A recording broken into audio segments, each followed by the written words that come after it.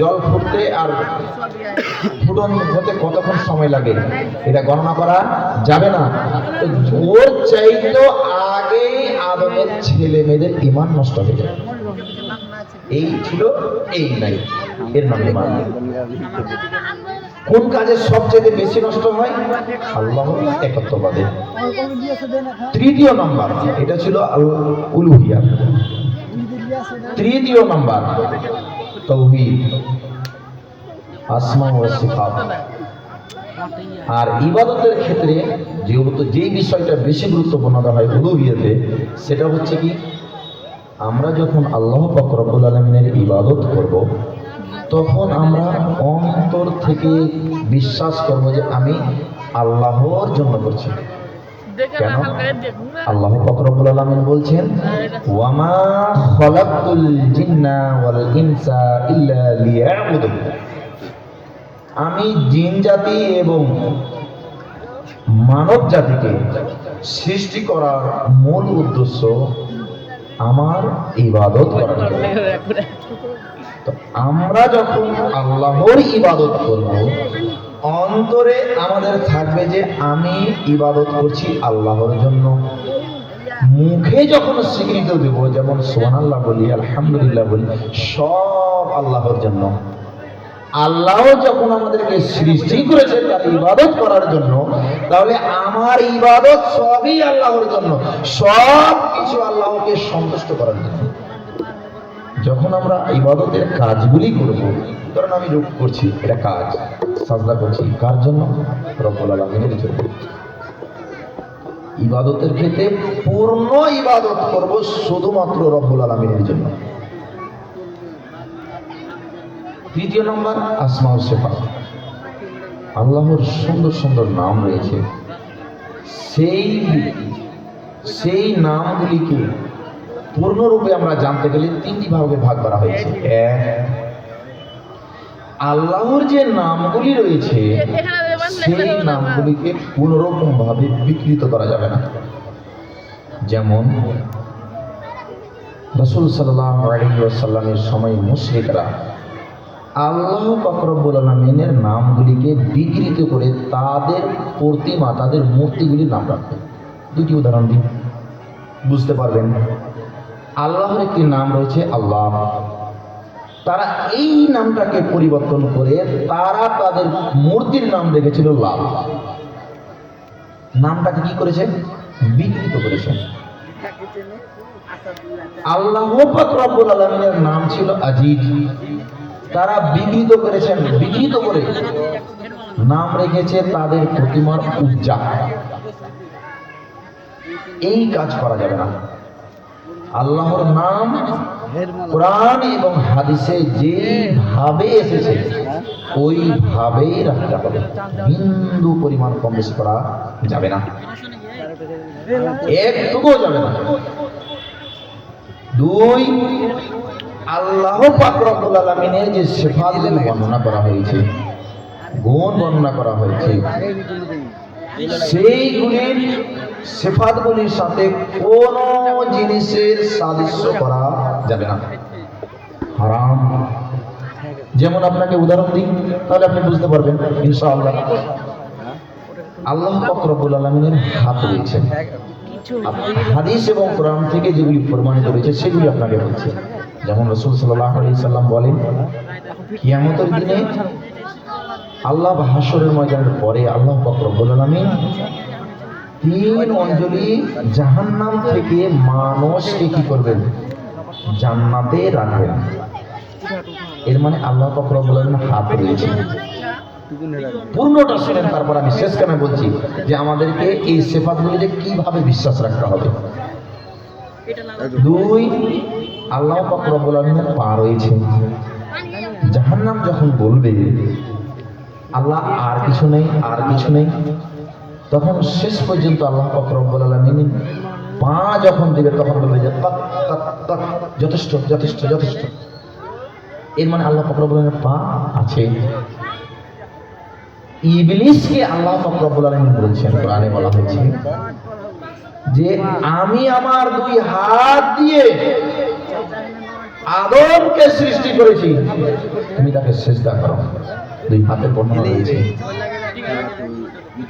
আল্লাহ পাক রব্বুল আলামিন শ্রবণ করেন, শুনেন, আল্লাহ পাক রব্বুল আলামিন দেখেন। এইগুলি যেমন প্রমাণ পাওয়া যায়, যেমন আল্লাহ পাক রব্বুল আলামিন কোরআনে বলেছেন যে আমার চেহারা রয়েছে। আল্লাহ পাক রব্বুল আলামিন বলেন কুল্লু মান আলাইহা ফান, সব কিছু ধ্বংস হয়ে যাবে, মাটির উপরে যা কিছু রয়েছে কিছু থাকবে না। ওয়ায়াবকা ওয়াজহু রাব্বিকা যুল জালালি ওয়াল ইকরাম, শুধুমাত্র বাকি থাকবে আল্লাহ পাক রব্বুল আলামিনের চেহারা। এর মানে আল্লাহ পাক রব্বুল আলামিনের চেহারা রয়েছে, হাত রয়েছে, পা রয়েছে। আল্লাহ পাক রব্বুল আলামিন সম্পর্কে আমাদেরকে ধারণা রাখতে হবে, জ্ঞান রাখতে হবে। আল্লাহ কোথায় রয়েছে, আমরা কার ইবাদত করি, সে কোথায়?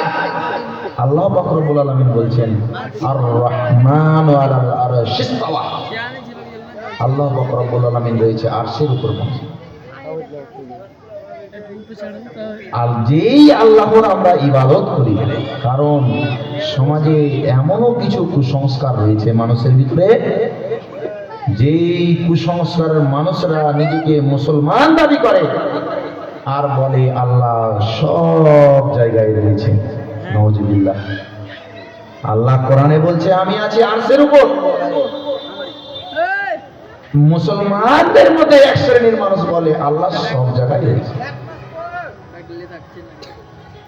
এবার আসি আল্লাহ তাআলা হাত কেমন, পা কেমন, এই সম্পর্কে আল্লাহ পাক রব্বুল আলামিন বলছেন লাইসা কামিসলিহি শাই। আল্লাহর যে সিফাত বর্ণনা করা হয়েছে, হাতের হোক মুখের হোক, সেগুলি কোনো কাউরি কিছুর মতোই নয়। এই ঈমান আমাদের রাখতে হবে আল্লাহর উপর। যে আল্লাহর ইবাদত আমরা করি, সেই ইবাদত যার আমরা করি তার সম্পর্কে আমাদের পূর্ণ ধারণা লাগবে। তৃতীয় নম্বর হচ্ছে আল্লাহ পাক রব্বুল আলামিনের একাধিক নাম রয়েছে। সেই নামগুলির পূর্ণ অর্থ কোনো মানুষের ক্ষমতা নেই যে বের করতে পারবে যে এই আল্লাহ পাক রব্বুল আলামিনের নামের এই অর্থটাই এখান পর্যন্ত ইনাম যথেষ্ট, এই বলার অধিকার কোনো মানুষের নেই, ক্ষমতাই নেই, বলতেই পারবে না। আল্লাহ পাক রব্বুল আলামিন বলছেন ওয়ালিল্লাহিল আসমাউল হুসনা। আল্লাহ পাক রব্বুল আলামিন কোরআনে বলছেন যে আমার সুন্দর সুন্দর নাম রয়েছে। কত নাম রয়েছে কেউ বলতে পারবে না আল্লাহ পাক রব্বুল আলামিন, যদিও হাদিসে 99টি নামের ফজিলত বর্ণনা করা হয়েছে। আল্লাহ পাক রব্বুল আলামিনের কত নাম রয়েছে কেউ জানে না। আল্লাহ পাক রব্বুল আলামিনের নবী জনাব মুহাম্মদ রাসূলুল্লাহ সাল্লাল্লাহু আলাইহি সাল্লাম বলেছেন ইন্না লিল্লাহি 99 ইসমান। আল্লাহ পাক রব্বুল আলামিনের 99টি নাম রয়েছে। মান আহসাহা, যে ব্যক্তি এই নামগুলির সম্মান করবে, আয়ত্ত করবে, মর্যাদা দিবে, আল্লাহ পাক রব্বুল আলামিন তাকে দাখালাল জান্নাত, জান্নাতবাসী করবেন। সুবহানাল্লাহ। আল্লাহ পাক রব্বুল আলামিনের নামের কত ফজিলত, আপনাকে 2-3টি হাদিস দিয়ে আমি শেষ করছি আমার বক্তব্য, যেহেতু আমার টাইম হয়ে গেছে। عن ابي امامه الباهلي رضي الله تعالى عنه قال قال رسول الله صلى الله عليه وسلم।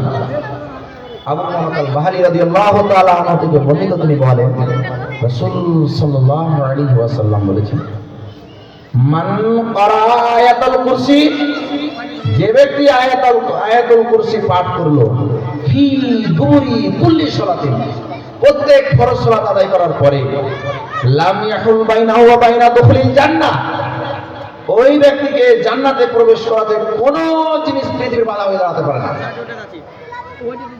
তাহলে জান্নাত যায় না কেন? ইল্লাল মউত, কারণ সে মৃত্যুবরণ করেনি। সাইলেন্স। এই আয়াতুল কুরসিতে কি রয়েছে? আল্লাহর নাম রয়েছে, আল্লাহর পরিচয় রয়েছে, আল্লাহর গুণ বর্ণনা করা হয়েছে, তার জন্যই এত ফজিলত। রাসূল সাল্লাল্লাহু আলাইহি সাল্লামের আরেকটি আপনাকে হাদিস বলি। عن ابي هريره رضي الله تعالى عنه قال قال رسول الله صلى الله عليه وسلم আবু হুরায়রা রাদিয়াল্লাহু তাআলা আনহু থেকে বর্ণিত, তিনি বলেন রাসূল সাল্লাল্লাহু আলাইহি ওয়াসাল্লাম বলেছেন, কুল হুয়াল্লাহু আহাদ তা'দিলু সুলুসাল কুরআন। কোরআনের মধ্যে একটি সূরা রয়েছে, যেই সূরার নাম হচ্ছে সূরাতুল ইখলাস। আল্লাহ পাক রব্বুল আলামিন নবী জনাবে মুহাম্মদ রাসূলুল্লাহ সাল্লাল্লাহু আলাইহি সাল্লাম বলেন, এই সূরাটি হচ্ছে কোরআনের তৃতীয় অংশ। অর্থাৎ আমাদের ভাষায় বুঝলে বিসমিল্লাহির রহমানির রহিম, কুল হুয়াল্লাহু আহাদ আল্লাহুস সামাদ লাম ইয়ালিদ ওয়া লাম ইউলাদ ওয়া লাম ইয়াকুল লাহু কুফুয়ান আহাদ। বিসমিল্লাহির রহমানির রহিম, কুল হুয়াল্লাহু আহাদ আল্লাহুস সামাদ লাম ইয়ালিদ ওয়া লাম ইউলাদ ওয়া লাম ইয়াকুল লাহু কুফুয়ান আহাদ। বিসমিল্লাহির রহমানির রহিম, কুল হুয়াল্লাহু আহাদ আল্লাহুস সামাদ লাম ইয়ালিদ ওয়া লাম ইউলাদ ওয়া লাম ইয়াকুল লাহু কুফুয়ান আহাদ। আপনি একবার কোরআন খতম করার সময় লিখে দিয়ে গেলেন। কেন? কারণ এই সূরা এমন একটি সূরা, যেই সূরাতে আল্লাহর নাম এবং আল্লাহর পরিচয় বর্ণনা করা হয়েছে। এই জন্য এই সূরার এত ফজিলত রাসূল সাল্লাল্লাহু আলাইহি সাল্লাম বর্ণনা করেছেন। যাই হোক, আপনাকে যাওয়ার সময় শেষ দুটি কথা বলে দিই। রাসূল সাল্লাল্লাহু আলাইহি ওয়াসাল্লামের একটি হাদিস বলে আমার বক্তব্য শেষ করছি ইনশাআল্লাহ। ঈমান নিয়েই মরতে হবে আমাদেরকে, আল্লাহর একত্ববাদের উপরেই মরতে হবে। কেননা আল্লাহ পাক রব্বুল আলামিনের নবী জনাবে মুহাম্মদ রাসূলুল্লাহ সাল্লাল্লাহু আলাইহি সাল্লাম বলেন, ইয়াদখুলুল জান্নাতুল জান্নাহ ওয়া আহলুন নারিন নার। জান্নাতীরা জান্নাতে প্রবেশ করবে, জাহান্নামীরা জাহান্নামে প্রবেশ করবে। সুম্মা ক্বালা আল্লাহু তাআলা, তারপরে আল্লাহ পাক রব্বুল আলামিন বলবেন, মান কানা ফি মিন কলবি, যার ভিতরে, যার অন্তরে বিন্দু পরিমাণ কি রয়েছে বলেন তো? ঈমান রয়েছে। যার ভিতরে বিন্দু পরিমাণ ঈমান ছিল, আল্লাহ পাক রব্বুল আলামিন বলবেন, তাকে তোমরা জাহান্নাম থেকে বের করে নিয়েছো। এখান থেকে শেষ করে দিচ্ছি আমি, আমার যেহেতু সময় শেষ হয়ে গেছে। আল্লাহ পাক রব্বুল আলামিনের কাছে আমাদের দোয়া রইল, আল্লাহ পাক রব্বুল আলামিন তুমি আমাদেরকে হেদায়েত দান করো, যাতে করে আমরা আল্লাহ তোমার ইবাদত করতে করতেই আমরা মারা যাই। আল্লাহ পাক রব্বুল আলামিন যাতে আমরা মুসলমান হয়ে মারা যাই। যেহেতু আল্লাহ পাক রব্বুল আলামিন তুমি বলেছো, ইয়া আইয়ুহাল্লাযীনা আমানুত্তাকুল্লাহ হাক্কা তুকাতিহি ওয়া লা তামুতুন্না ইল্লা ওয়া আনতুম মুসলিমুন। কোনো মানুষ মুসলমান না হয়ে মৃত্যুবরণ করিয়া না। আল্লাহ তুমি আমাদেরকে তৌফিক দান করো, আল্লাহ তুমি আমাদেরকে শিরক মুক্ত করো। এখান থেকে আমার বক্তব্য শেষ করছি। ওমা আলাইনা ইল্লাল বালাগ ওয়া আলাইকুম আসসালাম।